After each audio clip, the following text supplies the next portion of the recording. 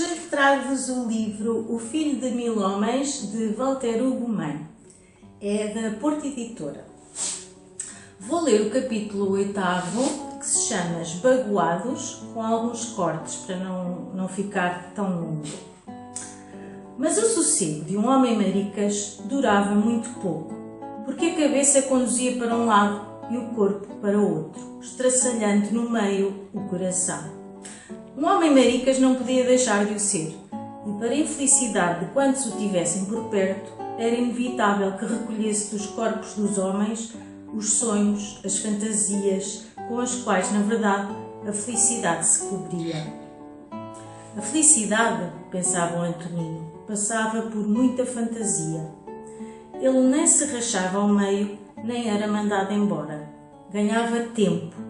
E sem gostarem disso, as pessoas iam habituando o repúdio à sua companhia. E ele andava por ali, a fazer o de sempre, sem levantar o bico, sem conversas, só a passar nos seus afazeres, como quem estava consciente de que não podia dar-se a abusos de confiança alguma. Tinha deixado de rir. Os homens da terra tê-lo-iam morto sem remorso. O Antonino sabia disso, que a vizinhança o teria morto com alguma convicção de estar a fazer o que era certo.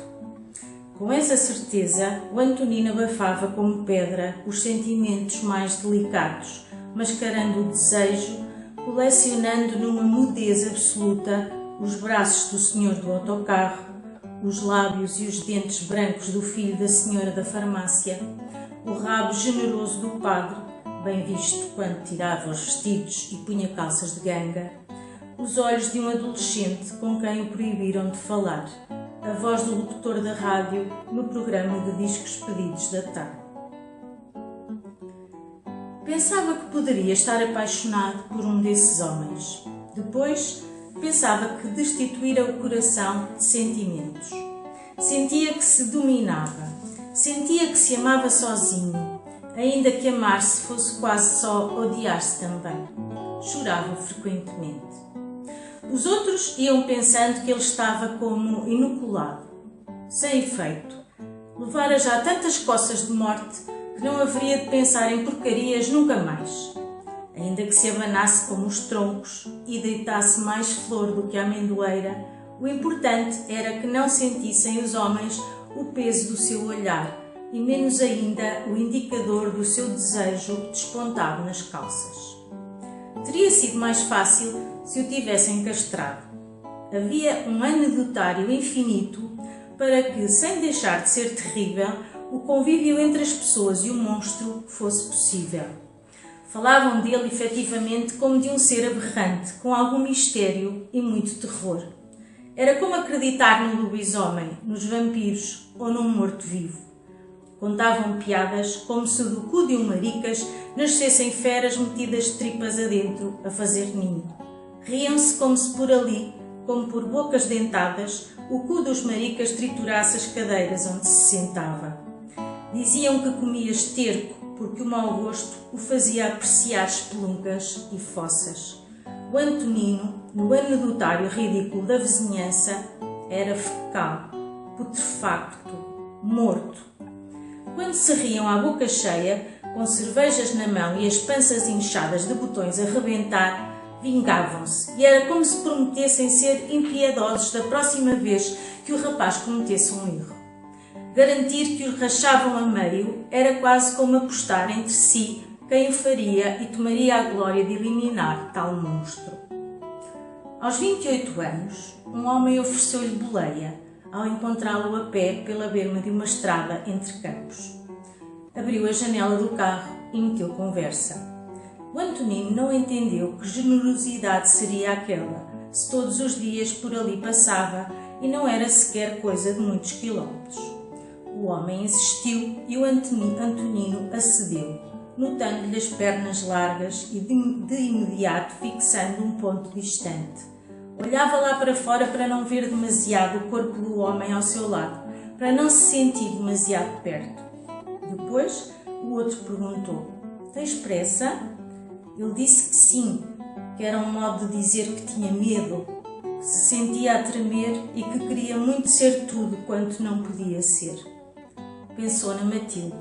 O Antonino percebeu que seria feliz quem se tornasse no que não podia. Ser o que não se pode, pensou. O homem quis que o Antonino ficasse um pouco com ele. O Antonino disse que sim. Pensou na Matilde. Pela demora, a Matilde, sempre igualmente enojada, perguntou-lhe: de onde vens tu? Talvez fosse que a máscara caíra no sexo, caíra na estrada. Talvez fosse que o rosto do rapaz escrevesse.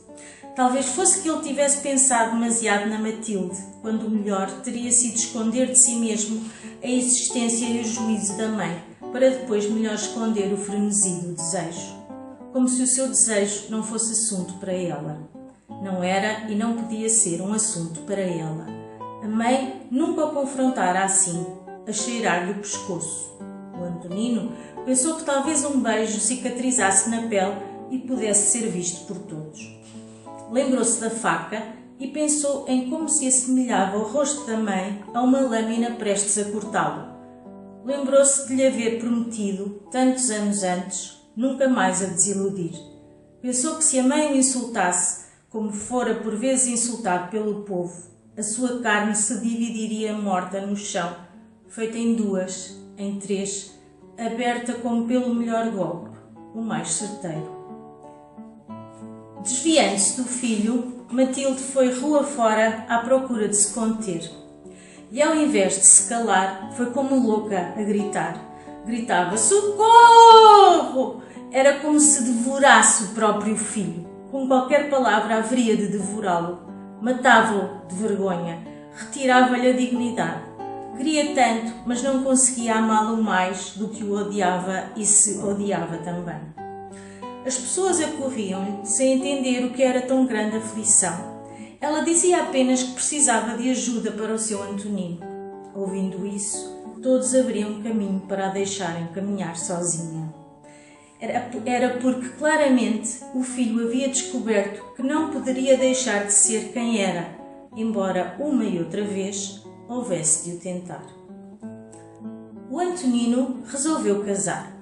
Pensou que a Isaura, uma mulher mais velha e que parecia só um cabo de vassoura, poderia aceitar casar-se com ele. Não lhe faltavam pernas e braços e a ela faria de certo muita vantagem ter companhia. Bastaria que se casassem para exibir por direito a honra que todos lhe negavam.